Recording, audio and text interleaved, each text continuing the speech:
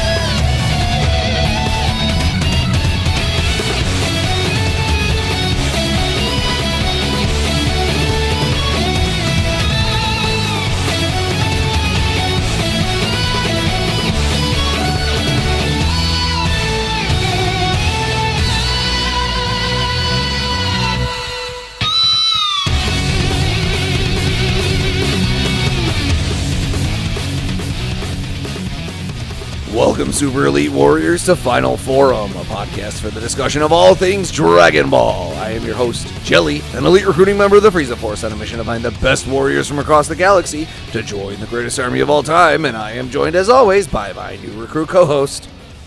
No. What? We're in, I don't know, a swirling vortex, a dimensional rift, wormhole, somewhere, everywhere, nowhere? There's absolutely no way this broadcast is getting through. I've humored you before, but we've been sucked into the biological portal of a gigantic extra-dimensional space whale. There's absolutely no way I'm going to float, because we're not sitting, we're floating in aether, but there's no way I'm going to just float here and say, "This is the beginning, and join us as we uncover the cultural inspirations and hidden history behind Akira Toriyama's seminal franchise." And with that unusually long introduction out of the way, yes, listeners, everything Bekinney just said about where we are is essentially true. We have, in fact, been pulled into the Ventuvi's dimensional portal and find ourselves in a swirling vortex of ethereal bluish light that makes any attempt to understand our precise location impossible. You can't keep pretending this is just a regular episode. There's no way anybody will ever hear this. And on top of that, there's no sign of Masate, so we've at least been given some sort of reprieve from our battle. Given what you're doing right now, I think I'd prefer it if we keep fighting the homicidal maniac who wanted to pair bond with the space whale monster and start eating planets for fun. Okay, listen. Going to acknowledge me finally? Yeah, because I gotta tell you, the negativity is really unhelpful. We both know the situation. We know the score. I could spin this and say we're in a lull in the battle or we've been granted some time to rest and heal, but we were losing. Maybe we took enough out of Masate in order to weaken him, enough that the Ventuvi finished him off, or he couldn't maintain physical form when sucked into the dimensional portal, and that's why we don't see him here with us, but we were going to lose. He tanked everything we threw at him, and if not for being sucked into this portal, we'd be dead. We may have already be dead, and if that's the case, then I'm going to spend what little time I have left not panicking, but maintaining my sanity by doing the one thing I know how to do, which is this show. Well, in that case, I guess lead on. I'm trying. Listeners, who knows if any of you will ever hear this? Who knows if we'll ever escape?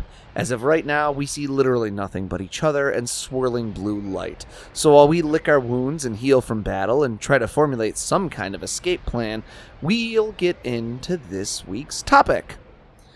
And this week, we are discussing episodes 81 through 85 of Dragon Ball Z, and then we'll get into talking about Piccolo a little bit more, because he's reasonably heavily featured in these episodes. I would say so. And we'll talk about Namek and Namekians, and before I kick things over to Bekinney to do our recaps, I will do our CTAs at this point and remind you all to follow us on our social medias.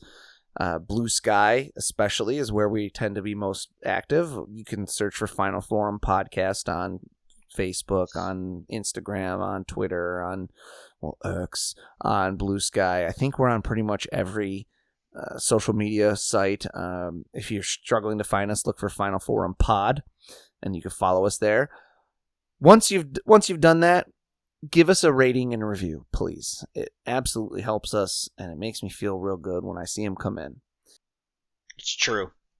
Once you've done those two things, which should take you 30 seconds, sit back, relax, and enjoy. All right.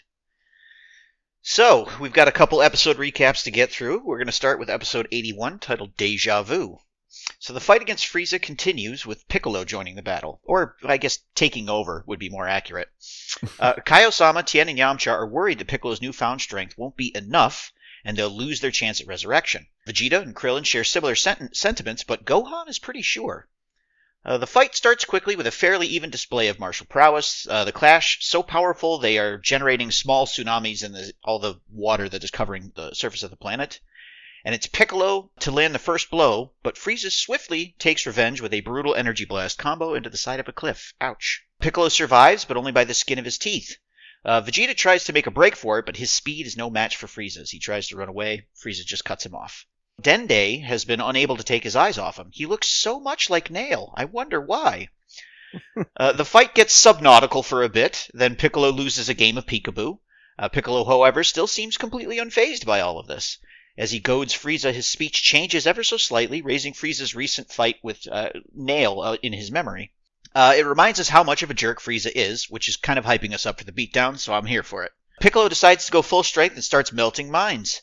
Then he lands a lightning-fast right hook on Frieza's chin, and the beatdown has begun.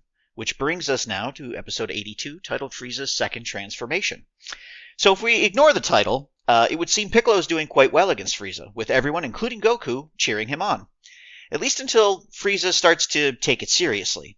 There's some customary gloating, but the tables turn again. It turns out Piccolo was sandbagging as well. He swears vengeance for all the slain Namekians, then dishes out one hell of a pile driver and finishes it up with an energy barrage. He's got to be toast now, right? I mean, oh yeah, right. I forgot the title card. So Frieza has another form, or two more forms to be accurate.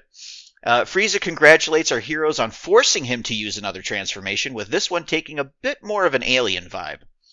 The whole sequence takes a few minutes and results in the worst case of tech neck that I've ever seen. Everyone confirms that our heroes are up against the wall here, but that doesn't stop Piccolo from giving it his all. Sadly, this doesn't amount to much more than Frieza playing with his food.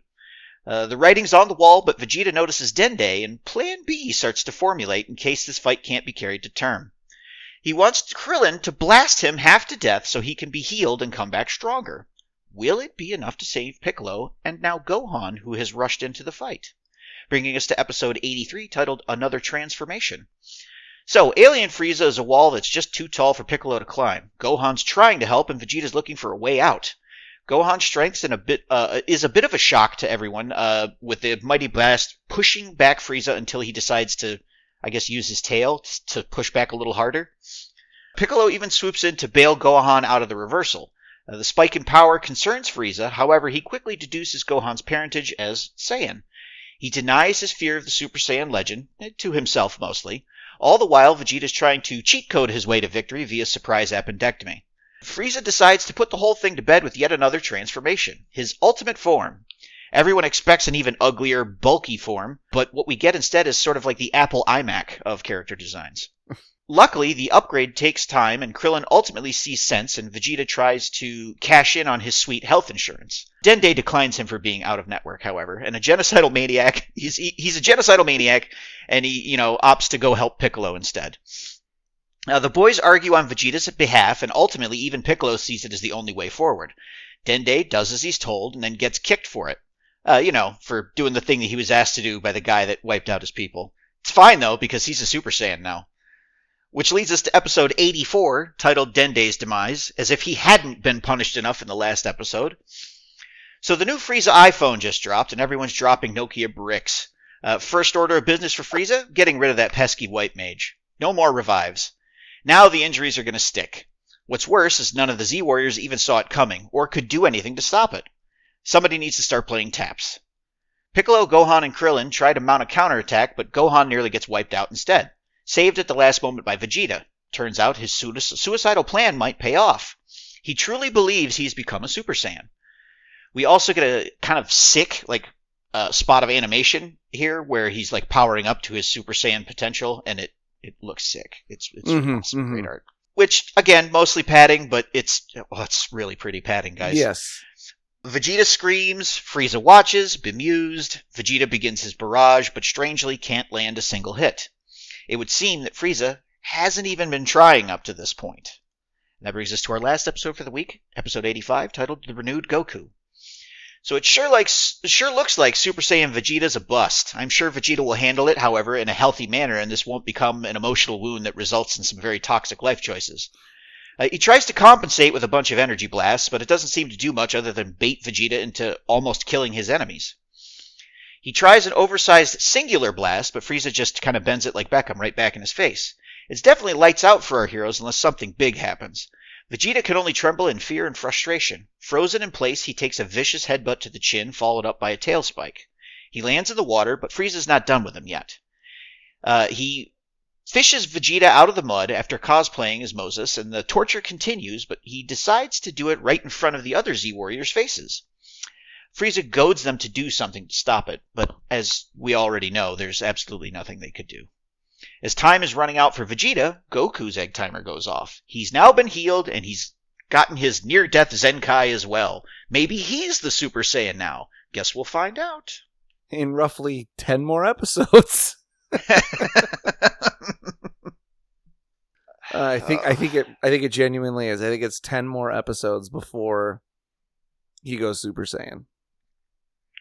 Yeah, and there's spoilers. So much going on in that fight. And then there's 10 more episodes after that before Frieza's defeated. So we hope you like action, folks, because there's going to be a lot of it going forward.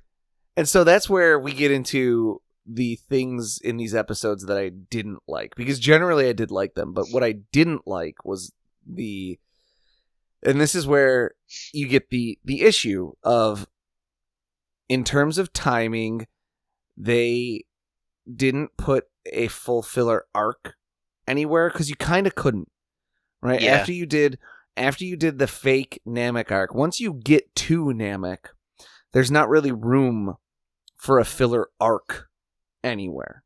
Yeah, because the story is already so tightly timed on so many different things that, like, where would you even possibly fit anything in? Right, and once you get to this, especially the fight against Frieza, very much like you can't just suddenly be like, "Hang on, we're gonna go away for a while, and we'll come right back to you. I promise." Like, let's go see what's happening on King Kai's planet for an episode, or hey, back on Earth. So they were a little stuck, and so what they did was, instead of each episode being several chapters, 1.5 or 2, each episode is at most a chapter, sometimes less, in order to try and give themselves a little more breathing room, because I can't remember the exact number, but they're about between 12 and 15 weeks behind the manga right now. Ooh. It takes 12 weeks to make an episode of an anime. So you're basically running from Toriyama's hands to the animators. Like, here, I got this week's pages, like. Yeah. So they're way too close in terms of timing, and no ability to put in a filler arc. So you get these moments where characters are like, how could he be so much stronger? Oh, let me think about what happened 2 episodes ago. And then you get you see stuff from 2 episodes ago again. Or and it's not like a little quick clip either. It's usually like full scenes just repeated. Yes. Or you get the powering up one. I thought that was cool. When Frieza when he shoots Dende, I thought that was cool. Like the whole, everyone looks like they're standing. Yeah. They're standing still and it's zooming past them. I thought that was really cool. But then when he goes to shoot Gohan and you repeat that trick again, except you make it take even longer this time, and it even stretched across the eye catch commercial break thing. And then when they come back, it's like it does it again because they're trying so hard to stall for time. Yeah. You're like, oh, this is where I'm starting to feel it a little bit. Luckily, when the action is happening and when there's a little more, it's excellent. And the animation quality, even in lulls of things happening, even in this, like, let's repeat that same trick of making it look like everyone is standing still again, the animation quality is fantastic. Yeah. Yeah, I think the plan there was they were hoping the padding won't hurt as much if it just looks pretty. And they're right, it doesn't. So there's there's definitely, like, this is where for sure you're seeing the things that are like stuff that people who don't like Dragon Ball Z or don't really watch it very much, especially, complain about, right? Like these are like a lot of textbook examples of characters just like growling at each other. But then there are times and there are things where that slow pace, I think, actually works really well. I think the slow pace makes the beating that Vegeta takes seem so much worse than it is. Yeah. Because it's like he's just getting pummeled in the kidney, like, over and over and over. And then you get like this whole flashback sequence that takes like 4.5 minutes, and then he's still getting pummeled, and you're like, oh man. Yeah. It makes it way more brutal. Yeah. So even that, I think it's like it's more of a mixed bag in the slowdown and stuff than it is all bad. So it's a good batch of episodes still. It's not great. Yeah. Right. We've had some great batches of episodes that we've done our episodes on. Uh-huh. This isn't up to those, like, you know, like when the Ginyu Force first show up and you're like, oh, this is so good. Yeah. Or the fight against Vegeta where you're like, oh, this is so fantastic. But it's still like, it's good. It's still more good than bad. And I enjoyed that here we are staring down the barrel of some of Dragon Ball's worst tendencies. And I'm still like, oh yeah, this is more good than bad. I'm enjoying this. It still holds up somehow. Yeah. So that's fun. Maybe it's because I'm more determined to be positive about it, but whatever, I don't care. I also think it has something to do with it not, restarting all the way back to Raditz mid-fight. That might... I'm not bitter.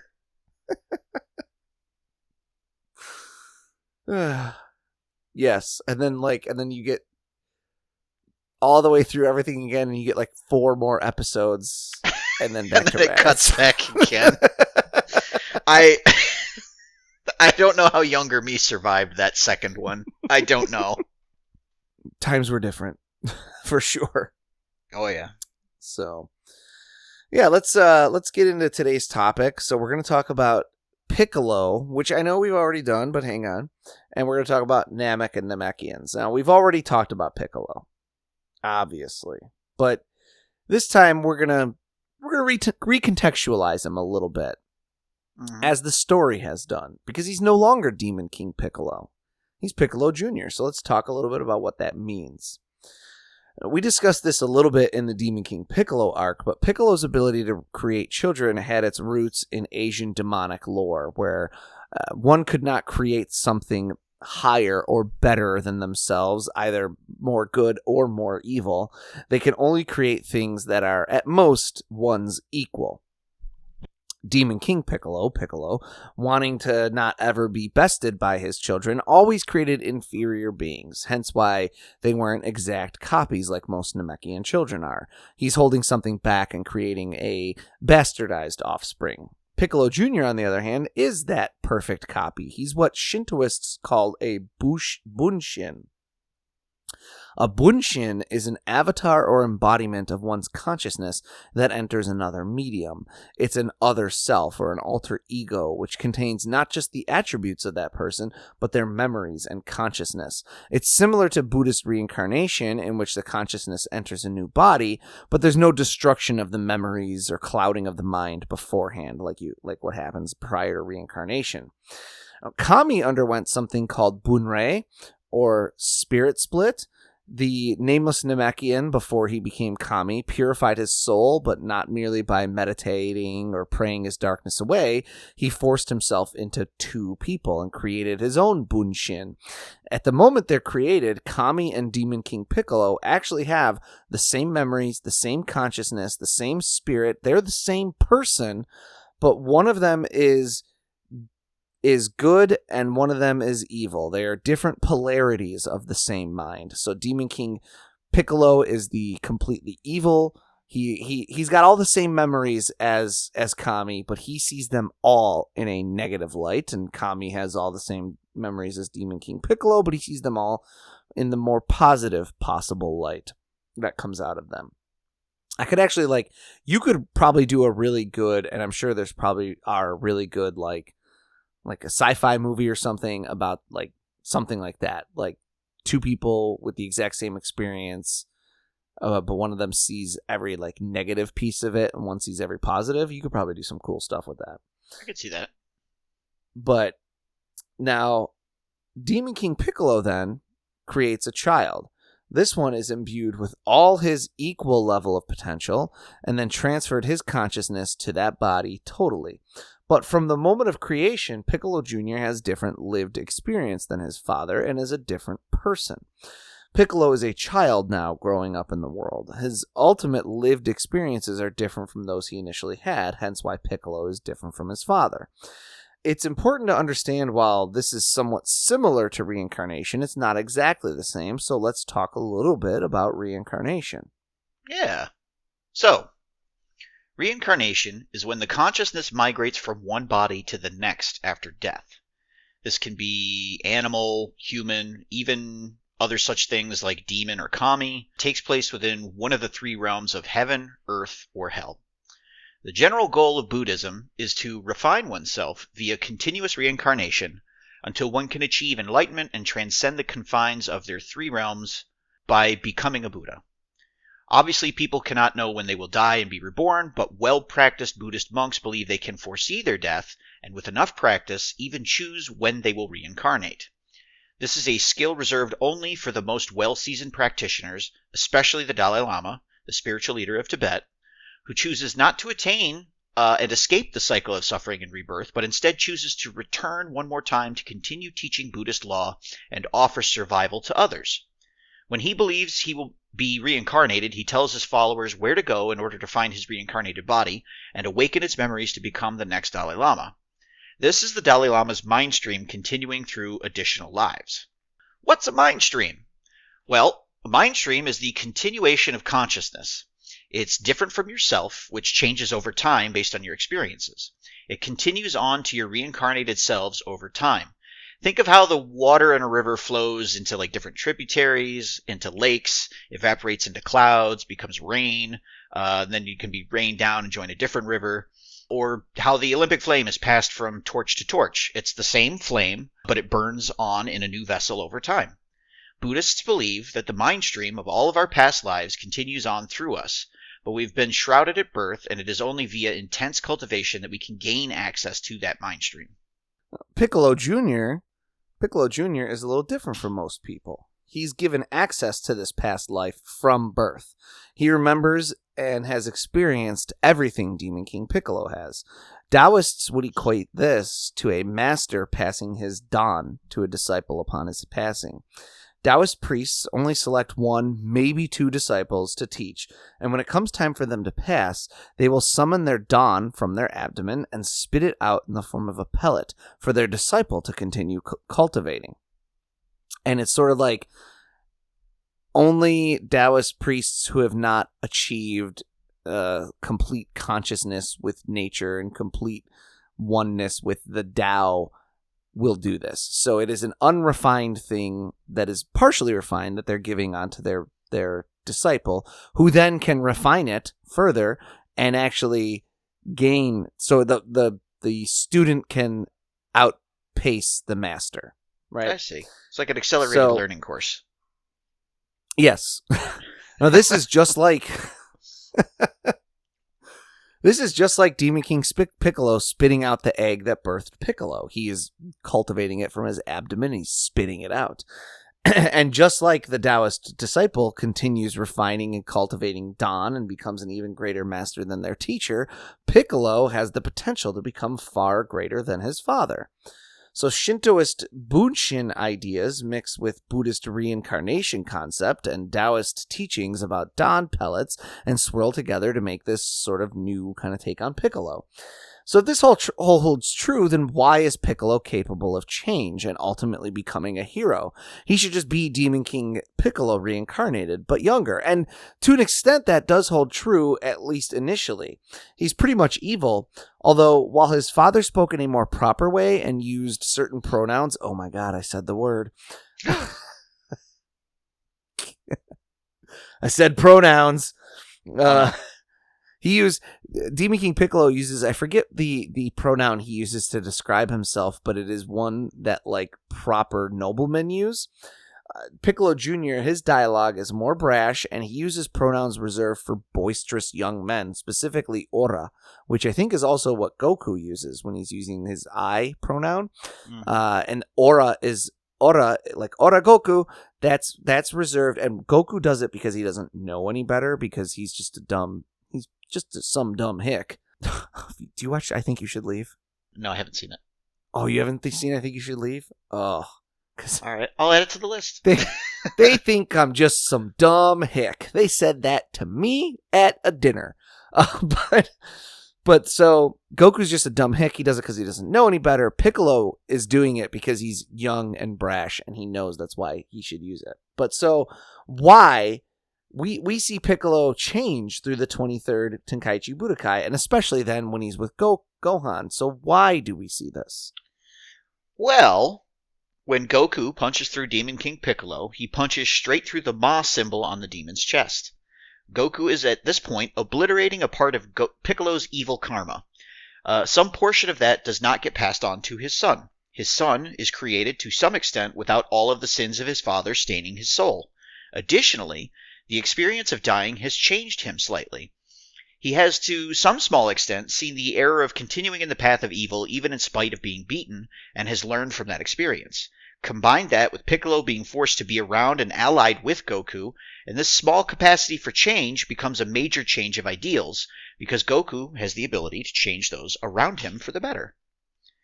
If you want an even more in-universe explanation, just look at how Piccolo births his other children. They're born aware of who they are and who their father is. Piccolo Jr. is like this too, but imbued with a subconscious understanding of who his father was. He's both the reincarnation of Piccolo Daimao and his own person, a being born with his own consciousness prior to having the more Piccolo-like personality take over, even if that independent consciousness only existed for the briefest amount of time. It's still different. It's not wholly Demon King Piccolo. So what does all this have to do with Namek and Namekians? The answer to an extent is shut up. But we're saving a bunch of this information instead of presenting it during the 23rd Tenkaichi Budokai. And now seems like a good time to talk about it, since we are talking about Namek and Namekians, and Piccolo features pretty heavily in these episodes. And it's kind of almost the last time that... There's like one other time that we see Piccolo until like superhero be a more focal portion of the story. Yeah. And that'll be when he merges with Kami, which we'll see coming up in the Cell arc. And so just when that happens, maybe we'll kind of revisit some of this and talk about how important it is that like the Bunshin are reuniting and all this stuff. But like, this is one of the last times that it's built up that like Piccolo could actually be a major factor here. But so let's talk a little bit more about Namek, and also I thought it'd be a good thing to talk about. I don't have this in our notes anywhere. I thought this would be a good thing to talk about because a lot of people talk about Nail and Piccolo joining and how they're like, oh, you say it won't change me, and then like immediately Piccolo is like, hello Dende, how are you? You know, like. But Nail and Piccolo do have that conversation where Piccolo is like, I still want to be me. I want to be driving. And Nail is like, you will be. I am still going to be there, though. You'll be super strong. You'll be way stronger than you would have been. I will let you drive. Just so you know, like, he's still there, though. And that's, like, all of this idea of, like, subconscious beings and bunshin and lived experiences and two consciousnesses sort of existing within the same body, like we just talked about, where Piccolo Jr., even if it's only for a brief amount of time, is his own person before the Demon King Piccolo kind of consciousness awakens within him. That all ties into this stuff with Nail too, is Piccolo is his own person, and the Nail's kind of subconscious is also now going to be there. It's never really going to be driving, but it's going to be a part of him for sure. So I thought all that would be good to talk about as well. So back to Namek and Namekians. In Japanese, a Namekian is a Namekijin, which is a pun by Toriyama, as the word Namekuji means slug. Thus, all Namekians, save Piccolo, are named after slugs, or mollusks, or something very similar to like a slug. Why not Piccolo? The out-of-universe answer is obvious. Toriyama hadn't come up with Namek or Namekians yet, so shut up, everyone, because he just made this up as he went along. But if you're looking for an in-universe explanation, then consider that Demon King Piccolo wanted to separate himself from Kami and Namek and the Namekians by taking on a new moniker, since he was basically rejected by Kami. Piccolo wanted to be his own quote-unquote man, and so he took a new name that was not Namekian in nature. That's my sort of rationale for it. I think Daimo kind of shoots a hole in that, but yeah, I mean, that makes sense. Does it, though? Just because Namekians were from the demon realm, does, like, the demon realm... Oh, I see. So they weren't demons, they're demon slugs. Is that what we're going with? Well, it's the... Toriyama's idea of what a demon is very clearly, at least like in terms of, like, you know, the demon realm and stuff like that, is very different from what we think of as a demon. Oh, yeah, clearly. And just because you are a demon and you're from the demon realm does not mean you're a bad person. True. And so Piccolo, though, gets rejected from Kami because he's the bad part of him. I think it still can hold true. All right. Anyways. As for some Namekian name puns, running through them real quick. Nail, snail. Dende, the Japanese word for snail is dendan, or dendan. Katash, who is the Piccolo's grandfather, right? They say, you look like you're the child of the son of Katas, or Katash. And Piccolo's, yeah, that was my grandfather, basically. It's another Japanese word for snail is katsumari, or katsumuri, so there's Katas. There's also cargo, esca, escart, and fargo, who are all derived from escargot. And there's also Lord Slug later on that we'll see in one of the movies, which is Slug, obviously. The pun itself is kind of all the explanation we need into Namekian physiology as well. They can stretch, they can regenerate, they basically just need water to survive. That's all like slug stuff. You know, I know that slugs eat plants and things, but they need to be wet and moist in order to survive, right? That's a slug thing. Even being hermaphroditic and reproducing asexually, slugs are hermaphrodites and they can breed with any other slug. And they even can reproduce asexually.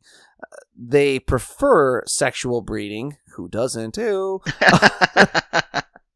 But to increase the DNA diversity, right? Because I think even being able to reproduce asexually, if you do that over and over in slug morphology, at least eventually I don't know about like defects and deformities, but maybe it just makes it like maybe you are born infertile if that is done generation to generation within a slug, right? I'm not sure. I didn't look into it that deeply, but that could also explain why there's like not a lot of Namekians also.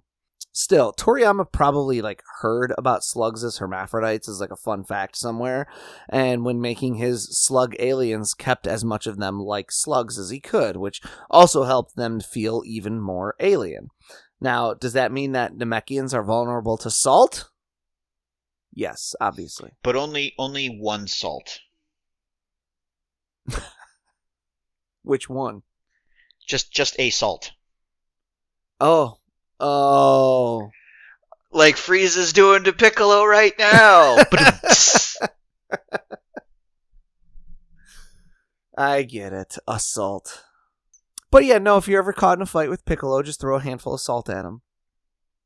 Pocket salt. And he'll be like, Sha-sha-sha. he'll be like the Wicked Witch. I'm melting. He'll be like the Wicked Witch. What a world. What a world. I can't recall if we ever talked about the Elder Namekian being able to unlock potential. We might have. But if we haven't, or if we have, let's do it again. Sure. My theory there is that the Elder Namekian can unlock your potential to its current maximum. And I think of it in terms of like age. At 40 years old right now, which I am, which sucks, I could train, eat, do everything perfectly, and I would never get to where I could have gotten to doing all those same things at 25. Mm-hmm. Same for when I was 10. You could train, you could do all kinds of stuff. Your body physically won't get to a certain point at the age of 10. There's a ceiling no matter what that's somewhat physiological. I think of the Grand Elder's potential unlock as helping you hit your physiological peak.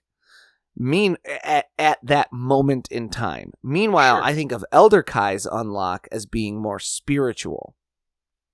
Which, maybe that's wrong, but here's my evidence, my visual evidence for why. And you could tell me what your thoughts on it are. Okay.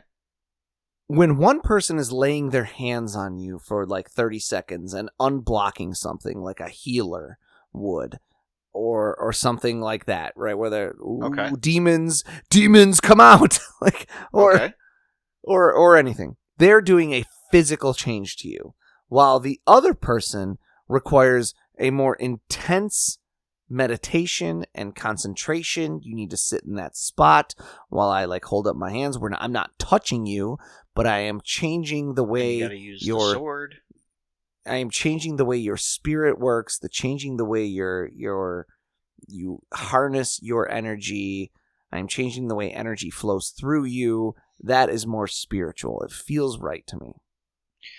See, so that's an interesting theory to me because I think I have some things that might go along with that, support that argument. Okay. So when Elder Kai, or the Elder Namekian, I should say, releases Dende's potential, what comes as part of that? His ability to physically heal people, right? Right. Maybe it's this unlocking of potential is an extension of that ability to heal that gets unlocked as you get older. So he's able to unlock the physical healing in Dende, but because of his age, cannot unlock the potential part of it. Mm-hmm. But he at least can give him a little buff, be like, okay, now you can go heal people at least. Right. So I'm with you on that. It feels like it's more something physical when it comes to the Namekians. Right. Also for whatever it's worth, Grand Elder, like a whole bunch of characters we've met so far, is never named anything other than Grand Elder. He's only ever called Saichoro, which means Grand Elder, literally. Nobody has ever explicitly discussed why the decision was made to call him Guru in the dub of the show, but it could have something to do with Saichoro and Guru having somewhat more similar mouth shapes than Saichoro and Grand Elder. And the word guru also just means like a venerable elder who's well practiced and trained and is a master. So I've seen people really bristle against that. And I think, or at least maybe hope, that the only reason they do is because it very much is implied that guru is like a name versus... Oh, yeah. I see what you're saying. Versus a title. Yeah. Versus a title. Because Saichiro is definitely a title. Grand Elder is a title. He's never named. I kind of hope that's the only reason, because I don't see a big issue with the change in general. Yeah, no, I think you've got it dead on. I think people take issue with it because it's implied that Guru's like his name and not his title. Yeah, maybe.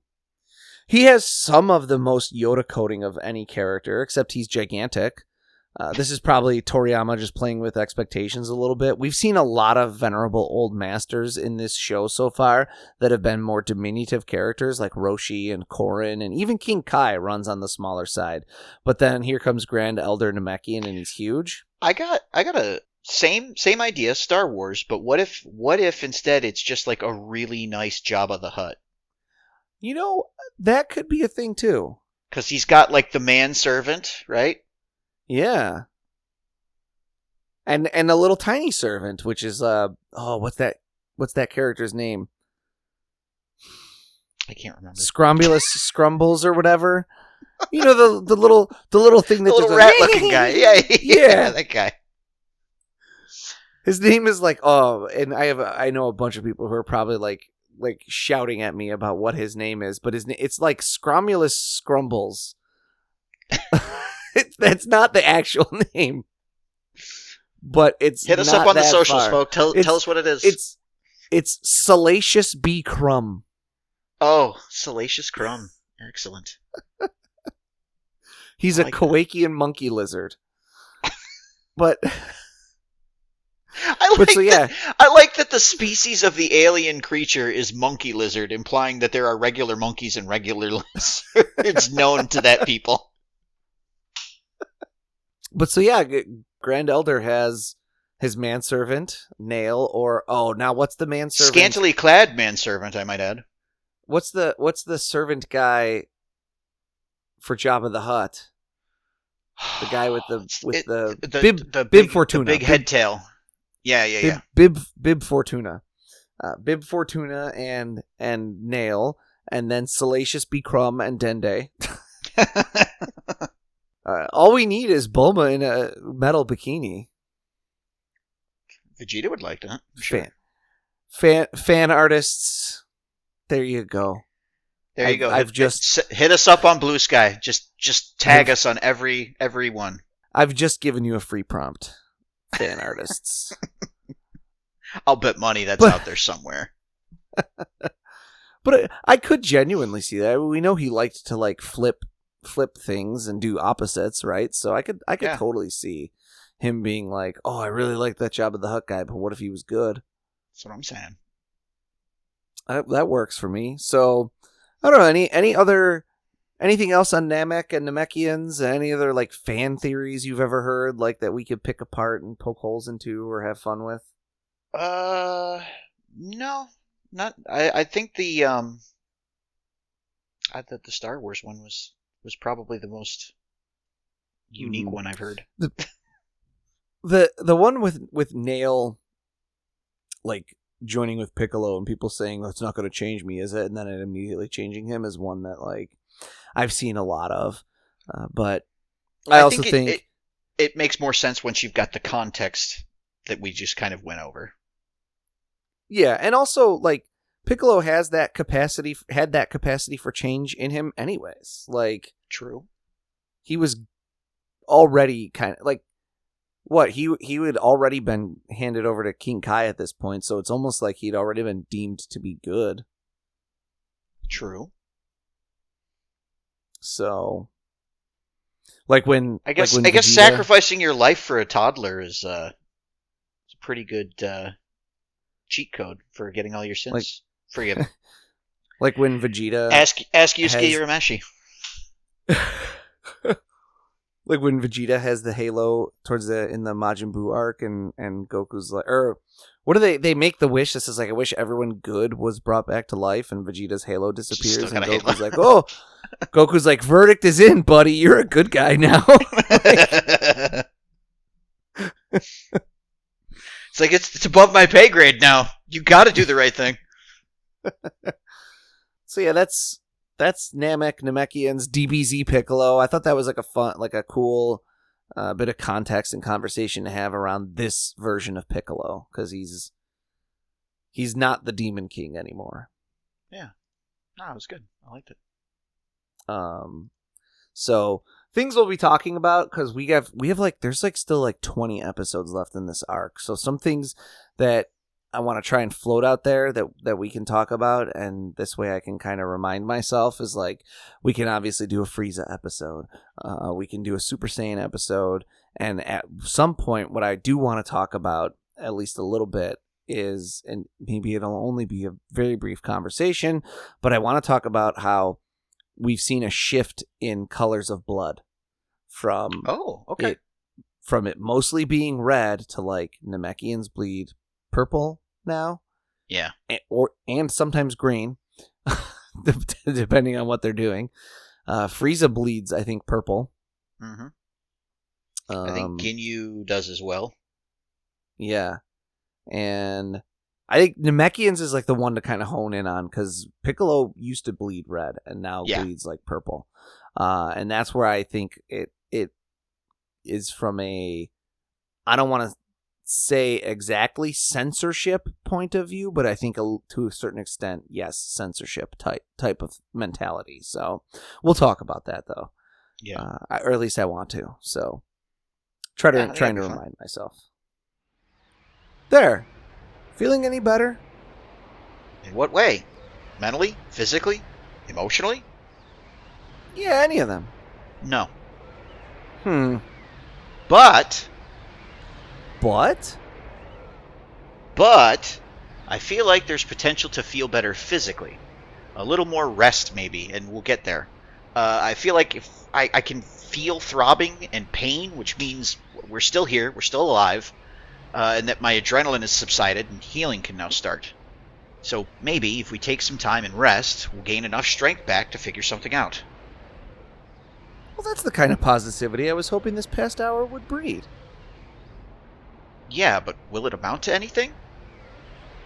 Will it amount to anything? Will we ever escape this swirling nowhere vortex? Find out next time and help us achieve our final forum.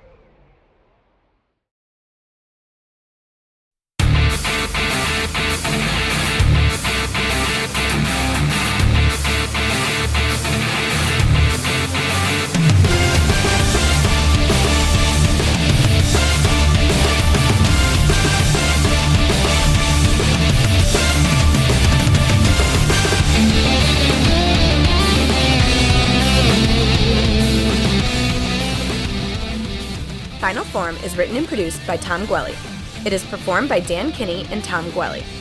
Our webmaster is Dan Kinney. Our theme music is provided by YouTube content creator GVG Kit. Want to learn more about the Dragon Ball universe, including concept art, behind-the-scenes interviews, and recommendations from Jelli and Bekinney? Connect with us on social media. Like us on Facebook, follow us on Twitter at Final Forum Pod. Make sure to subscribe, rate, and review wherever you receive your podcasts. And of course, make sure to share it with your friends and family and help us spread the word of the glory of Lord Frieza. The Frieza Force thanks you for your listenership.